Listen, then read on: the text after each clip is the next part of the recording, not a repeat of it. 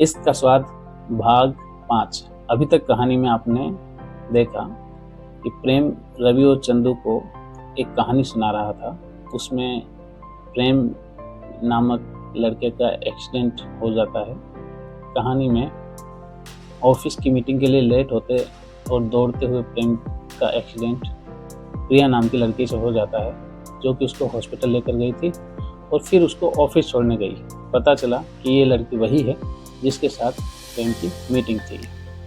Contract प्रेम की company को मिल गया और प्रिया ने प्रेम को खुद को फ़ोन करने के लिए बोला और चली गई। प्रेम को अचानक याद आया कि उसने ना तो प्रिया का नंबर लिया और ना प्रिया को दिया, तो अब वो फ़ोन कैसे करेगा।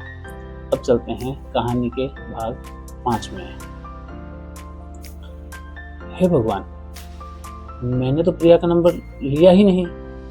शायद अभी तक प्रिया पार्किंग में ही हो। प्रेम बड़बड़ाते हुए अपने शरीर के सब दर्द भूल जल्दी से लिफ्ट के पास पहुंचा तो देखा लिफ्ट 3 फ्लोर ऊपर जा रही है। उसने बिना एक पल गंवाए सीढ़ियां उतरना शुरू किया। जल्दी से सीढ़ियां उतर वो सीधे पार्किंग की ओर लपका। ऑफिस का गार्ड उसे पीछे से आवाज लगा रहा था, प्रेम साहब रुकिए सर। गार्ड प्रेम के पीछे पीछे दौड़ा। प्रेम ने गार्ड को पूरी तरह से अनसुना कर दिया था और पार्किंग में प्रिया की गाड़ी देख रहा था, परंतु प्रिया जा चुकी थी। प्रेम हाथ मलते हुए वापस ऑफिस की तरफ आया तो रास्ते में गार्ड मिल गया। प्रेम उसी से प्रिया के बारे में पूछने लगा, शंकर, वो जो मैडम मेरे साथ आई थी उसे निकले हुए कितनी देर हो गई। शंकर गार्ड, वो तो साहब अभी अभी थोड़ी देर पहले ही निकली हैं। प्रेम, अच्छा, मतलब मैं ही लेट हो गया। शंकर गार्ड, किसमें लेट हो गए सर। प्रेम, अरे कुछ नहीं, वो सब छोड़, तो ये बता, अभी मैं जब जा रहा था तो तू मुझे पीछे से आवाज़ें लगा रहा था, क्या कह रहा था। तो मैं थोड़ी जल्दी में था तो रुक नहीं पाया। गार्ड, वो सर मैं ये कह रहा था कि वो जो मैडम आपके साथ आई थी वो आपके लिए उनका ये कार्ड छोड़कर गई है और कहा है कि वो आपके फ़ोन का इंतज़ार करेंगे। शंकर की बात सुनते ही प्रेम की खुशी 7वें आसमान पर। उसने खुशी के मारे शंकर को गले लगाकर अपनी जेब से पर्स निकाला और उसमें से 500 रुपये का नोट निकालकर शंकर की ओर बढ़ाते हुए बोला, ये लो शंकर, बच्चों के लिए मिठाई लेकर जाना। इतना कहकर प्रेम अपने घर की ओर चल पड़ा। प्रेम अभी भी वैसे ही चल रहा था जैसे सुबह ऑफिस आते समय चल रहा था, बस फर्क इतना था कि सुबह जल्दी की वजह से लापरवाही कर रहा था और अभी प्रिया के बारे में सोचने की वजह से लापरवाही कर रहा था। टैक्सी में बैठते ही उसने फ़ोन निकालकर प्रिया का नंबर डायल किया, फिर कुछ सोचकर फ़ोन वापस अंदर रख लिया। थोड़ी देर में घर पहुंचा तो वहां पहुंचकर फ़ोन करने की सोची, फिर सोचा अभी घंटे भर पहले ही तो उससे मुलाकात हुई थी और उसने ये कार्ड दिया है। यदि अभी तुरंत ही फ़ोन कर दिया तो उसको थोड़ा अजीब लग सकता है। चलो कोई नहीं, थोड़ी देर बाद फ़ोन करता हूँ। प्रेम ने फ़ोन को बगल में फेंक दिया और खुद बिस्तर पर उल्टा होकर लेट गया। पास रखा तकिया उठाकर उसने अपनी ठोड़ी के नीचे लगाया और आंखें बंद कर प्रिया की पहली बार हॉस्पिटल में देखी झलक को याद करने लगा। प्रिया के लहराते लंबे काले बाल, गुलाबी गाल और बार बार उन गालों को छूते कानों के कुंडल।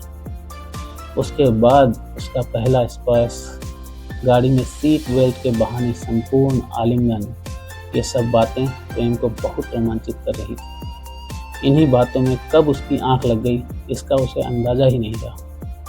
लगभग 1 बजे का बिस्तर में पड़ा प्रेम शाम को 5 बजे अपने फ़ोन की आवाज़ से ही उठा। उसने अध खुली आंखों से देखा तो किसी अनजान नंबर से फ़ोन था। उसने फ़ोन काट कर साइड में डाल दिया।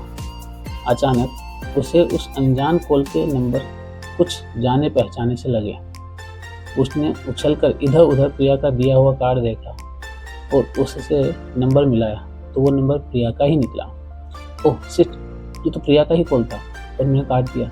अब क्या करूं, कहीं प्रिया को बुरा तो नहीं लग गया होगा, मेरे बारे में पता नहीं वो क्या सोच रही होगी। प्रेम यह सब सोच ही रहा था कि उसका दोबारा फ़ोन बज उठा। देखा तो फिर से प्रिया का ही फ़ोन था। उसने जैसे ही फ़ोन उठाया, दूसरी तरफ से प्रिया बरस पड़ी। तुम में बड़ी ऐंठ भरी है।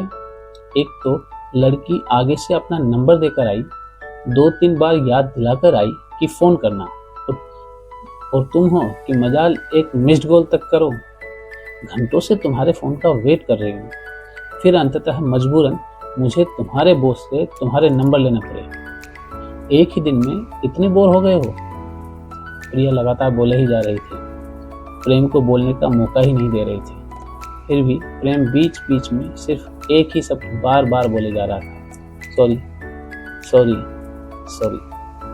प्रेम लगातार उसे सॉरी कहे जा रहा था और प्रिया ने पूरी भड़ास निकाल दी थी। ये क्या सॉरी सॉरी का गाना लगा रखा है? अब सीधे सीधे बताओ, खाना घर पर बनाओगे या कहीं बाहर लेकर चलोगे? प्रिया के यूं आगे से प्रस्ताव की प्रेम को उम्मीद तक नहीं थी। वो कुछ क्षण के लिए स्तब्ध रह गया।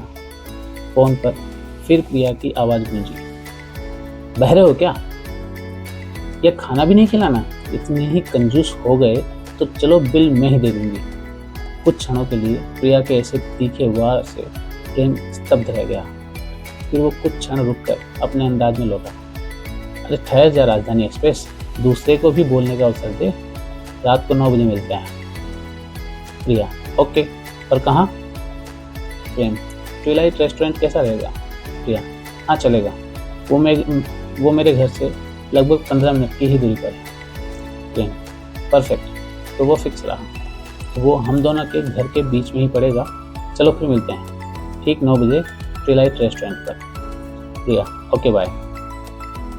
प्रिया के फ़ोन काटते ही प्रेम फिर पीठ के बल बिस्तर पर लेट गया और बड़बड़ाने लगा, प्रिया प्रिया ओ प्रिया, आज तो पहली ही मुलाकात थी, उसी में इतना हुक्म जता रही हो। शादी कर लोगी तो सिर पर नाचोगी और हम नचाएंगे भी, बस तुम आ जाओ जिंदगी में। फिर अचानक वो अपनी सोच से बाहर आया, चलो भाई कुछ काम कर लेता हूँ, फिर तैयार होकर निकलूंगा। प्रेम लैपटॉप खोलकर कुछ काम में भूल गया। काम खत्म करके लगभग 7 बजे उठकर फ्रेश होने गया और तैयार होने में लग गया। लगभग 8 बजते बजते तो वो घर छोड़कर रेस्टोरेंट के लिए निकल पड़ा था। नीचे उतरकर उसने टैक्सी ली और रास्ते भर यही सोचता रहा, प्रिया से आगे क्या बात करूं, कैसे करूं। उसका मेरे प्रति आकर्षण तो कह रहा है कि सीधे जाकर बोल देता हूं कि प्रिया, मैं तुम्हें बहुत पसंद करता हूं और मुझे तुमसे लव एट फर्स्ट साइट हो गया है। इस भाग में इतना ही। अगले भाग में देखते हैं कि क्या प्रेम प्रिया को अपने दिल की बात बोल पाएगा। अगर बोला तो प्रिया की क्या प्रतिक्रिया होगी। आइए मिलते हैं अगले भाग में।